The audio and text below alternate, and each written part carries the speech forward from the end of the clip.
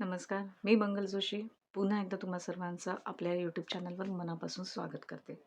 आज आपण बोलणार आहोत मिरर टॉक टेक्निकबद्दल. आता मिरर टॉक टेक्निक याच्यावरनं आपल्याला सगळ्यांना अंदाज आलाच, की हे नक्की काय आहे? तर आरशात बघून बोलणं. तर हे का केलं पाहिजे? ते कसं केलं पाहिजे? तेव्हा काय म्हटलं पाहिजे? हे मी अगदी थोडक्यात तुम्हाला आज सांगणार आहे. जर ही टेक्निक तुम्ही आणि तुमच्या मुलांनी कायम वापरली, तर तुमच्या पर्सनॅलिटी डेव्हलपमेंटसाठी याचा खूप मोठा उपयोग फायदा तुम्हाला होऊ शकतो. तर हे मिरर टॉक का गरजेचं आहे? यातून एकतर आपला कॉन्फिडन्स बिल्ड होतो. आपल्याला आय टू आय कॉन्टॅक्ट देऊन बोलायची सवय लागते. आपलं स्टेज फिअर नाहीसं होतं आणि आपल्याला नेमकं काय आणि कधी कसं बोलायचं कसं एक्सप्रेस करायचं हेही त्यातून कळतं. तर ही जी मिरर टॉक टेक्निक आहे, ती तुम्ही कधीही करू शकता. पण मी प्रिफर करते, की सकाळी उठल्याबरोबर. कारण तेव्हा आपलं माइंड एकदम फ्रेश असतं. उठल्याबरोबर सकाळी ब्रश वगैरे झाला, की आरशात बघून स्वतःशी बोललं पाहिजे, की आजचा दिवस अतिशय चांगला आहे.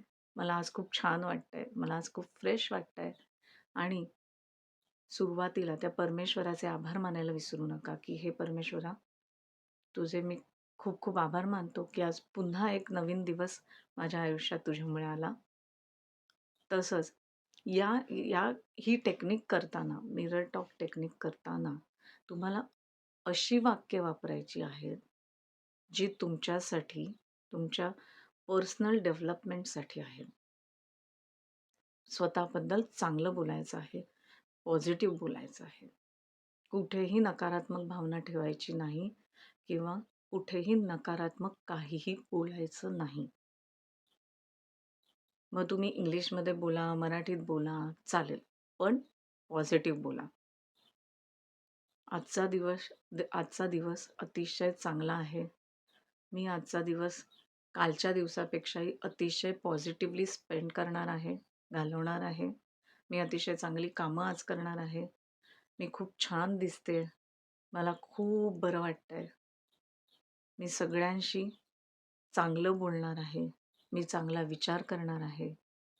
किंवा जर तुम्हाला इंग्लिशमध्ये बोलायचं असेल तर आय एम इनफ.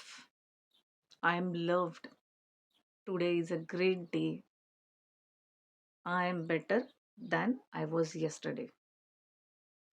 कसं आहे माहिती आहे का? तुम्ही जर तुलना केली प्रत्येक दिवसाची आणि जर तुम्हाला त्या तुलनेत हे दिसलं, की मी जशी काल वागत होते किंवा ज्या चुका मी काल करत होते, त्याच मी आज करते. तर ती अतिशय काय म्हणतात दुःखद गोष्ट असेल आपल्या आयुष्यातली.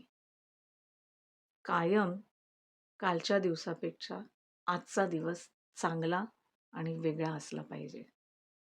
आणि म्हणून ही मिरर टॉक टेक्निक करायची. याने स्टेज फिअर पण जातं. संभाषण कौशल्य वाढतं. हा एक प्रकारचा स्वसंवाद आहे आणि स्वसंवाद हा कायम गरजेचा आहे. काही गोष्टी आपण जेव्हा इतरांसोबत नाही शेअर करू शकत, आपल्याला वाटतं की आपल्याजवळ कोणीच नाहीये ज्याच्याशी आपण बोलू शकतो.